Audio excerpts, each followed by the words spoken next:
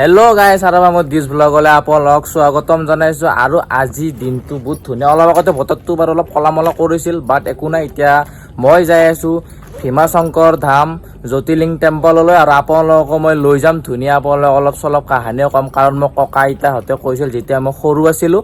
আৰু আজি শাওনৰ মাহ চলি আছে বৰ্তমান, আৰু প্ৰথমটো সোমবাৰ, বিৰাট ধুনীয়া দিন আজি। তো আপোনালোক ভিডিঅ' চাই থাকিব, কেনেকুৱা কি চব আপোনালোক মই দেখাম তাতে যাই।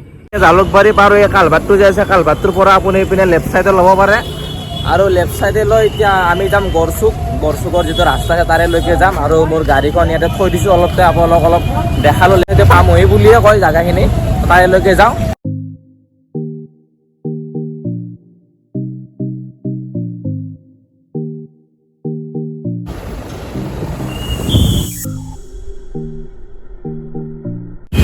তো গাইছ, আমি এতিয়া ৰাইট চাইডে ইউটাৰ্ণ লৈ ল'ম, চিধা ইপিনে গড়চুক পাব আপোনালোকে। আৰু যদি ইপিনে যদি আপোনালোকে আৰু যদি ইউটাৰ্ণ ৰাইট চাইড দিয়ে আপোনাক গুৱাহাটী পাই যাব। আমি এতিয়া ৰাইট চাইড নাযাওঁ, আমি যাম চিধা, কাৰণ আমি যাই আছোঁ ভীমাশংকৰলৈ।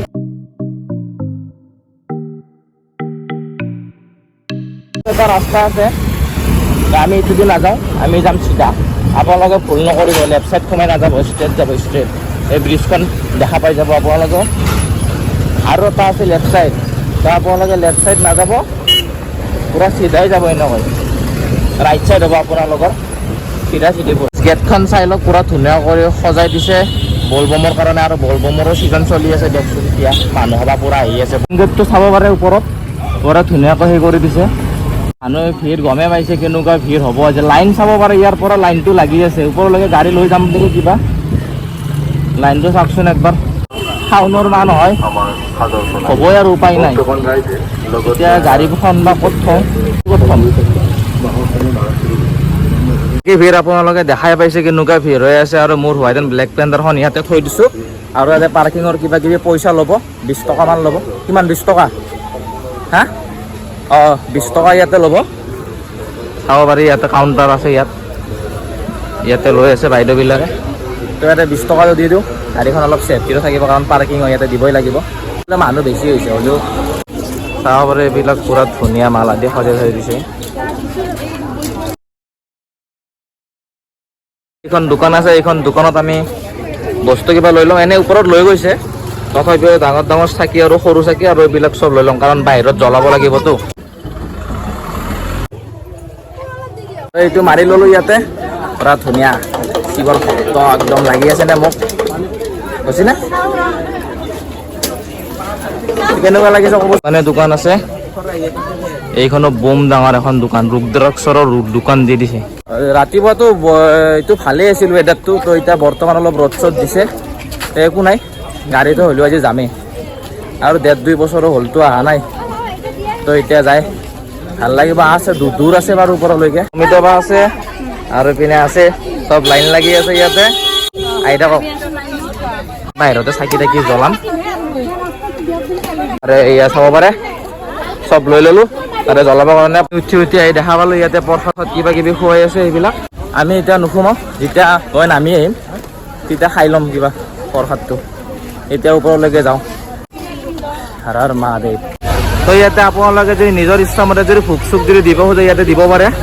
আৰু এইবিলাক মানুহবিলাক ইপিনে চব ৰখি আছে, চাব পাৰে, পূৰা ভোগ চোক বনাই আছে ইয়াতে। এইবিলাক আমি যে গাড়ীবিলাক যে আছে, আপোনালোকে নাভাবিব যে আমাক আনিব দিয়া নাই। এইবিলাক গাড়ী কেনেকৈ আহিল, এইবিলাক ইয়াৰে মানুহ হয়, যোনবিলাক ইয়াতে চোৱা চিতা কৰি থাকে, সিহঁতেতো আহিবই লাগিব ইয়াত। এতিয়া গণেশ মন্দিৰটো পাই গ'লোঁ, চাব পাৰে। গণেশ মন্দিৰৰ ভিতৰত যাম। আৰু এটা কি হ'ল, এই আমিতো লাইনত অহা নাছিলোঁ, কাৰণ আমি ভিতৰলৈকে দৰ্শন নকৰোঁ, বাহিৰতে চাকি তাকি দিম। তো তেনেকৈ আপোনালোকে যাব নোৱাৰে বোলে ইয়াতে। তো আৰু এতিয়া তলৰ পৰা আহিব লাগিব। আৰু এটা কথা কৈ দিওঁ মই আপোনালোকক, এইখন যে পাহাৰ আছে, এইখন পাহাৰ আপোনালোকে নামটো কি জানেনে? ডাকিনী পাহাৰ বুলি কোৱা যায়। এই ভীমাশংকৰ ধাম জ্যোতিৰ্লিংগ টেম্পলটো নামটো যে আছে, জ্যোতিৰ্লিংগ এইটো কাৰণে কোৱা যায়, এই জেগাখিনিতে শিৱ নিজে আহি ইয়াতে উপস্থিত হৈছিল, সেইবাবে এই জেগাটোত জ্যোতিৰ্লিংগ বুলি নাম দিয়া হৈছে। আৰু এনেকুৱা 12টা ঠাই আছে ইণ্ডিয়াত, গোটেই ভাৰতত, তাৰে ভিতৰত এই এটা আছে, চাব পাৰে। ইয়াতে গণেশ মন্দিৰৰ ভিতৰলৈকে একবাৰ সোমাই যাওঁ।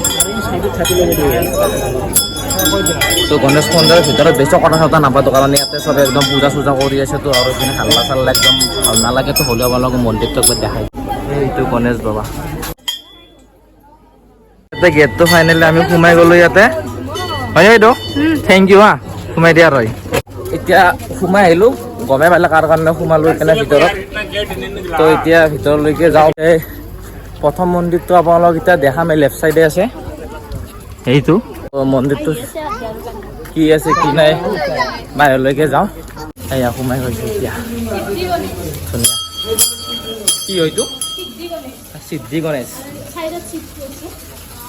এইটো মানে সিদ্ধি গণেশো আছে চাইডত শিৱ এটা আছে এইটো চাব পাৰে আমি এইটো চাইডে এনেকৈ যাম আৰু মই হ'ল এটা অসুৰ দেখা দে নোগা কিন্তু সি তামাম অসুৰ হয় যদি অসুৰৰ তাতে আহিলেও আপোনালোকৰ ভীমাসুৰৰো কথা কৈ দিওঁ কিছুমান ভীমাসুৰ নামৰ ঔষধটো যে আছিল কামৰূপ জিলাত মই য'ত বৰ্তমান বহি আছোঁ এইটো জাগাতে আছিল তেখেত ভীমাসুৰ আছিল ৰাৱণৰ ভতিজেক ৰাৱণৰ মাজু ভাতৃৰ কুম্ভকৰ্ণৰ পুতেক যোনে 6 মাহ হৈ আৰু 6 মাহ উঠে আপোনালোকেতো জানে কুম্ভকৰ্ণক কোনে বধ কৰিছিল কুম্ভকৰ্ণক বধ কৰিছিল ৰামে আৰু পুৰা একদম সেউজীয়া সেউজীয়া পৰিৱেশ এনেকুৱা জেগাত আহি মই বিৰাট ভাল পাওঁ বাকীখিনি যিখিনি কাহানী আছে ইয়াতে গোটেইখিনি নকওঁ নহ'লেতো আপোনালোকে গুচি যাব কণ্টিনিউ চাই থাকিব ভিডিঅ'টো ভাল হ'ব ইমান শংকৰ গেটটো পাম তাতে আপোনালোকক আৰু বাকীখিনি ষ্টৰি আপোনালোকক কম মই সি সৰুতে মায়াকক কি সুধিছিল আৰু মায়াকে দেউতাকৰ কথা কি উত্তৰ দিছিল চাইডে লাইনটো আছে সিটো চাইডেদি মই ইপিনে এনে সোমাই আহিলোঁ আৰু ইপিনে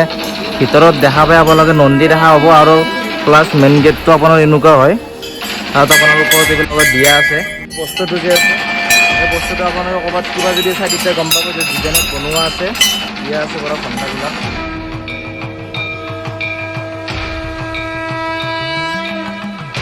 ৰেডি যাব লাগিব বি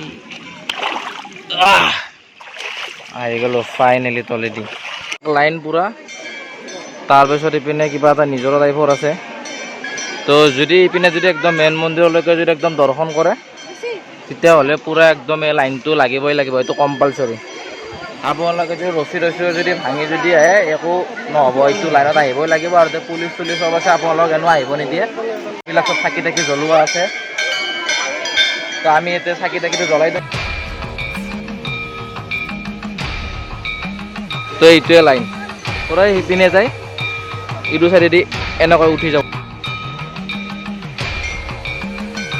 শুনক ভীমাসুৰৰ জন্ম ইয়াতে হৈছিল প্ৰথম কথা ছেকেণ্ড কথা হ'ল ভীমাসুৰে মাকৰ লগত এই জংঘলটোত বাস কৰিছিল তেতিয়া ভীমাসুৰে ভাবিছিল যে আমি ইয়াতে কিয় এনেকৈ বাস কৰোঁতে মায়াকক কুৱেশ্যন কৰিছিল যে মা আমি ইয়াতে দেউতাৰ অবিহনে কিয় থাকোঁ আৰু মোৰ দেউতা কোন আৰু মোৰ দেউতাৰ নাম কি আছিল যে মাকে তেতিয়া ক'লে যে তোমাৰ দেউতাৰ নাম আছিল কুম্ভকৰ্ণ আৰু তোমাৰ দেউতাক যেতিয়া লংকাত সেই হৈছিল কাৰ্যখন তেতিয়া ৰামে বধ কৰিছিল তোমাৰ দেউতাক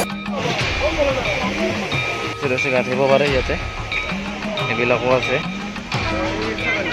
ইয়াতে ফটোটো লৈ ল'লোঁ ধুনীয়া কৰি ভীমাসুৰৰ 1000 বছৰ তপস্যা কৰাৰ পিছত ভগৱান বিষ্ণুৱে এনেকুৱা এটা বৰদান দিছে সেই বৰদানটো সি বেয়া ব্যৱহাৰ কৰিছিল আৰু সেই বেয়া ব্যৱহাৰ কৰাৰ ফলত হৰ হৰ মহাদেৱ মানে শিৱ যিটো মই বৰ্তমান ইয়াতে খাৰা হৈ আছোঁ তেখেতে নিজে ভীমাশংকৰৰ ৰূপ লৈ আহিছিল ৰূপ লৈ আহি তাক বধ কৰিছিল তাৰ বাবে এই নামটো দিয়া গৈছে ভীমাশংকৰ ফাইনেলি ইমান লাইনত অহাৰ পিছত এতিয়া ভোগটো খাবলৈ লৈ লৈছোঁ ভোগটো বিৰাট ধুনীয়া হৈছে কাৰণ ভগৱানৰ ভোগ মহাদেৱৰ ভোগৰ ধুনীয়া নহ'ব নেকি আৰু আপোনালোকে আহিলে ইয়াতে ভোগটো খাই যাব ধুনীয়া আৰু এতিয়া পৰা হল নাইট ভোগটো দি আছে তো মই খাই লওঁ পটাপট তো ভালে এতিয়া দৰ্শন কৰিলোঁ যেনেকৈ হয় জ্ঞান ভিৰৰ মাজত হ'লেও মহাদেৱৰ তাতে আহিলোঁ হৰ হৰ মহাদেৱ যদি ভিডিঅ'টো চাই যদি ভাল পালে লাইক ছাবস্ক্ৰাইব কৰি দিব আশা কৰোঁ মই আপোনালোকক এনেকৈ ভাল ভিডিঅ' দিব পাৰোঁ জয় মা কামাখ্যা আপোনালোকে যদি ভালে পালে